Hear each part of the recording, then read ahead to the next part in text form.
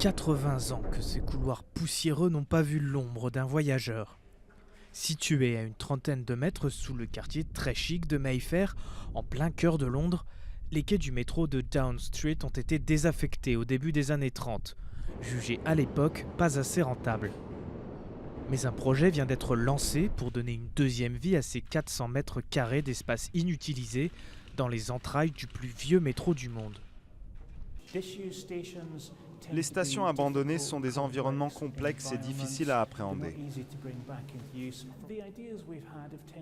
Nous avions comme idée de la transformer en musée, en galerie d'art, en lieu d'exposition, un lieu culturel.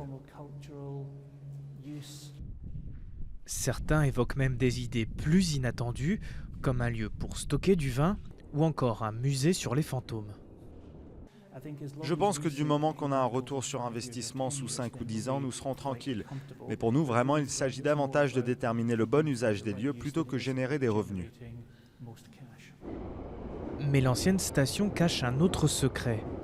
Winston Churchill s'était servi de ces murs pour y établir son cabinet de guerre pendant la Seconde Guerre mondiale, pendant la construction de son futur bunker. Pendant la guerre, il y a 70 ans, 2 personnes s'asseyaient ici pour coordonner les coups de téléphone venant du réseau ferroviaire.